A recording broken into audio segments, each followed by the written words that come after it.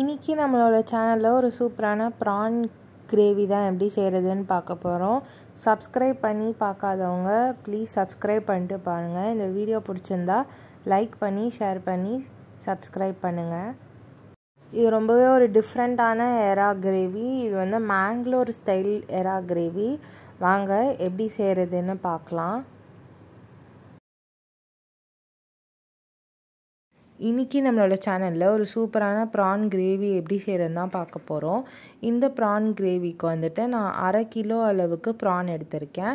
அதை கழுவி க்ளீன் பண்ணி எடுத்து வச்சுருக்கேன். அது கூட வந்து அதில் 1/2 ஸ்பூன் அளவுக்கு மஞ்சத்தூளும் 1/2 ஸ்பூன் அளவுக்கு உப்பும் சேர்த்து நல்லா மிக்ஸ் பண்ணி இதை ஒரு 1/2 அன் ஹவர் வந்து மேரினேட் பண்ணி எடுத்து வச்சுக்கோங்க. இந்த ப்ரான் கிரேவி வந்து கொஞ்சம் புளிப்பாகவும் இருக்கும், ஆனால் அதே சமயம் காரமாகவும் இருக்கும். ரொம்பவே சூப்பராக இருக்கும். இப்போ இதுக்கு வந்துட்டு ஒரு 10லேருந்து 15 முந்திரி பருப்பும், அதுக்கப்புறம் ஒரு சின்ன லெமன் சைஸ் அளவுக்கு புளியும் இங்கே எடுத்து வச்சுருக்கேன். அதுக்கப்புறமா ஒரு 4 காஷ்மீரி மிளகாவும் 5 நார்மல் வரமிளகாவும் எடுத்து வச்சுருக்கேன்.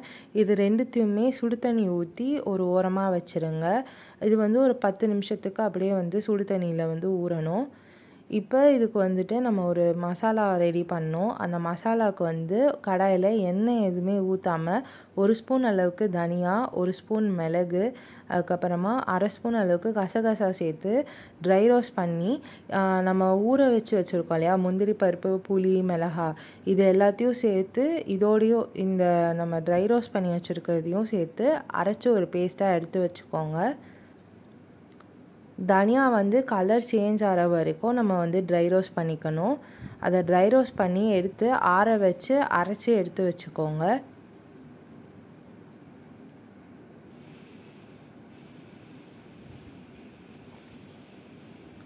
இப்போ இது வந்து ட்ரை ரோஸ்ட் ஆகிடுச்சு. இப்போ நான் இதை வந்து ஆற வச்சு அரைச்சி எடுத்து வச்சுக்க போகிறேன். இப்போ வந்து ஒரு தோசைக்கல் எடுத்திருக்கேன். அந்த தோசைக்கல்லில் கொஞ்சமாக எண்ணெய் ஊற்றிட்டு இந்த நம்ம மேரினேட் பண்ணி வச்ச ப்ரான் எல்லாத்தையுமே சேர்த்துக்கலாம். சேர்த்துட்டு ஒரு 5 மினிட்ஸ்க்கு அதை ரோஸ்ட் பண்ணி தனியாக எடுத்து வச்சுக்கோங்க. இப்போ ஒரு கடாயில் எண்ணெய் 2 ஸ்பூன் ஊற்றிட்டு கடுகு வந்து ஒரு 1/2 ஸ்பூன் அளவுக்கு சேர்த்துக்கோங்க.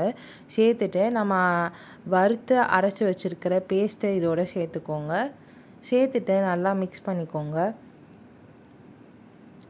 மிக்ஸ் பண்ணிவிட்டு தேவைப்பட்டால் கொஞ்சமாக தண்ணியும் ஊற்றி நீங்கள் வந்து மிக்ஸ் பண்ணிக்கோங்க. நீங்கள் இந்த டைம்லேயே வந்து உப்பு சேர்த்துருங்க. உப்பு சேர்த்து நல்லா மிக்ஸ் பண்ணிக்கோங்க. இல்லை நம்ம ஆல்ரெடி காஷ்மீரி மிளகா, அதுக்கப்புறம் நார்மல் காஞ்ச மிளகாவும் சேர்த்துருக்கிறனால இதுக்கு வந்து நம்ம மிளகாத்தூள் எதுவுமே சேர்க்கவே தேவையில்லை. அடுத்து நம்ம வந்து ரோஸ்ட் பண்ணி வச்சுருக்கிற ப்ரானையும் இதோடு சேர்த்துட்டு நல்லா மிக்ஸ் பண்ணிடுங்க. ப்ரான் வந்து ரோஸ்ட் பண்ணும்போது நீங்கள் மேக்ஸிமம் வந்து ஒரு 5 மினிட்ஸ் மட்டும் தோசைக்கல்லில் போட்டு எடுக்கிற மாதிரி பார்த்துக்கோங்க. ரொம்ப அதை வந்து வேக விட்டுறாதீங்க தோசைக்கல்லில்.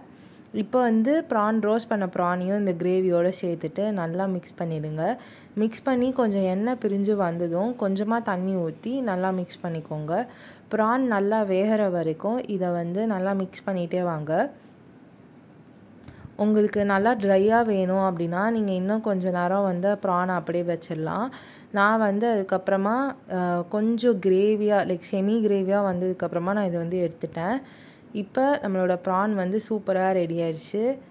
இதில் கொத்தமல்லி எல்லாம் தூவி நான் வந்து இறக்கிட்டேன். இதுதான் வந்து இன்றைக்கான சமையலில் வந்து வந்தது. இன்றைக்கி வந்து ப்ரான் கிரேவி, அதுக்கப்புறம் மட்டன் குழம்பும் வந்து நான் அடுத்த வீடியோவில் அப்லோட் பண்ணுறேன். அதையும் பாருங்கள், ரொம்பவே சூப்பராக இருக்கும். இந்த வீடியோ உங்களுக்கு பிடிச்சிருந்தா மறக்காமல் ஸ்ரீ கிச்சனை லைக் பண்ணி ஷேர் பண்ணி சப்ஸ்கிரைப் பண்ணுங்கள்.